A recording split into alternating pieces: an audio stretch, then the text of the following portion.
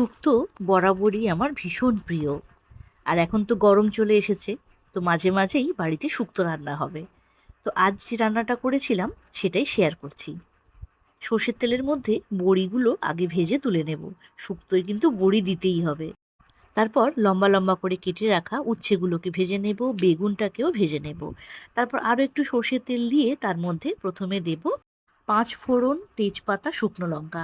বাদবাকি যে সবজিগুলো ছিল মানে পেঁপে, কাঁচকলা, আলু সমস্ত কিছু দিয়ে দিলাম। দিয়ে হালকা করে একটু নাড়াচাড়া করে নেব।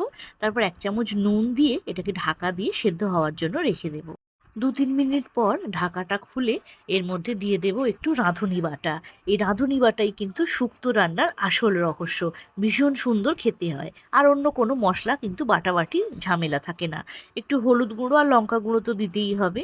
দিয়ে সব কিছু ভালো করে মিক্স করে নেব।